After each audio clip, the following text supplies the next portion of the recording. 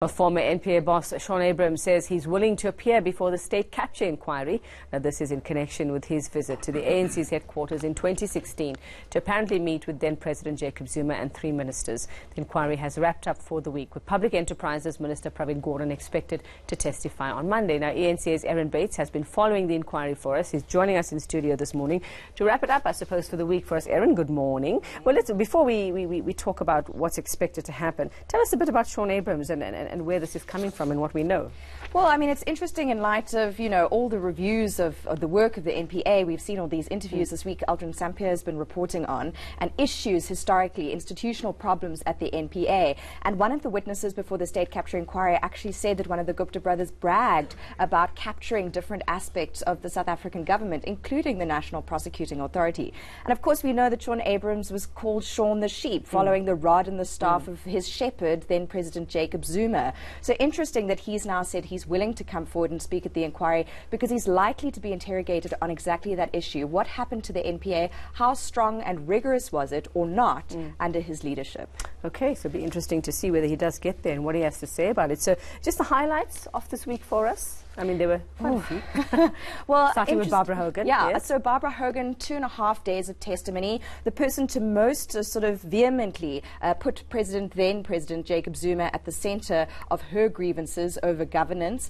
She said that there were differences in opinion around constitutionality, about separations of powers, the responsibilities of a minister, a board of an SOE and a CEO, and the head of state. So she's really the person to posit him at the centre the most. And she ended off talking, of course, about that route between Mumbai and Johannesburg quite significantly. Also responded to Zondo saying, is there just a clash of personalities here between you and Zuma? And she was careful to say she tried always to be respectful toward him. They did have strong differences in opinion and they rigorously debated, but at the end of the day it was really around governance. Okay, well, while we're talking about Zuma and we know that he is campaigning, he's out and about in Pinetown, Erin, I'll stop you there very quickly. Let's go there because Pamandla Goge is there. Watching the former president on the campaign trail there with Sihle Zikalala, and let's just dip in there for a little bit and see what's happening in Pinetown.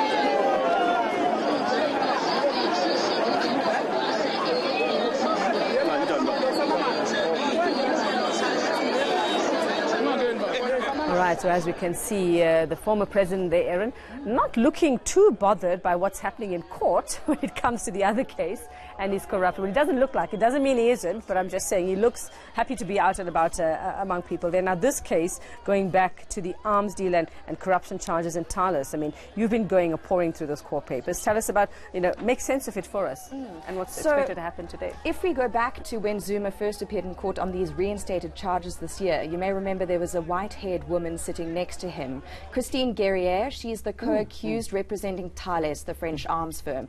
And what she did on Wednesday of this week is filed papers with the KwaZulu-Natal High Court on behalf of Thales, arguing for a permanent stay of prosecution. And what's interesting is she really argues that the NPA initiated charges in around 2004, dropped them, initiated them again in 2009, dropped them a second time, and argues that she's the only person left at the arms firm, maybe conveniently, who remembers anything about what happened around the South African arms agreement, and also that this is prejudicial, that the NPA and the DPP in KwaZulu-Natal charging her and Thales, dropping the charges, reinstating them, is prejudicial. It goes against the rights in the Constitution for fair and efficient trial, and therefore it should be dropped with a permanent stay of prosecution. But what's important there, looking at Zuma, I mean, it's incredible that footage we're seeing of him, very confident, the politician he's always been, genial, popular, engaging, all the rest of it. Interesting because a lot of what Guerriere says Tales on behalf of Thales may well be similar arguments to what Zuma could use if he were to argue the same thing, to argue that this case has been buried and revived,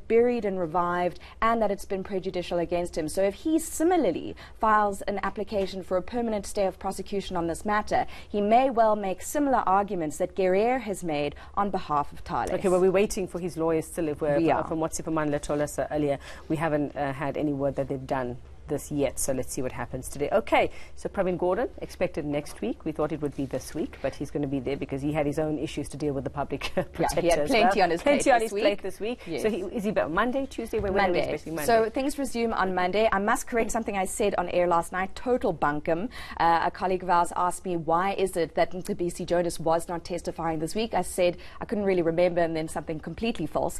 What he actually said was that he was unavailable because he's out of the country at the moment. He is abroad because he's a special envoy on investment, and therefore he asked for a postponement on his cross-examination. That's why we saw the likes of Duduzane Zuma and his legal team in court this week. They were expecting to have their chance to grill Jonas on his implicating Zuma and Fana Hlongwane. So do we know when he'll be there then? So that's been postponed. I believe it's the 26th of November, and then Feki Mentor is set down to testify again on the 30th of November. So we really do have a couple of weeks of incredibly engaging, jam-packed testimony at the State Capture Inquiry. Of course, it will be on eNCA. And the one everyone's looking forward to, I suppose, is Pravin Gordhan as well. And perhaps the gentleman we've just seen and perhaps the in KwaZulu-Natal. That gentleman, yes. Thanks very much, Erin Bates, keeping an eye on all of these stories for us. The State Capture Inquiry, what's happening in the KZN court there with Thales and the former president and those corruption charges. Thanks very much for that. Well.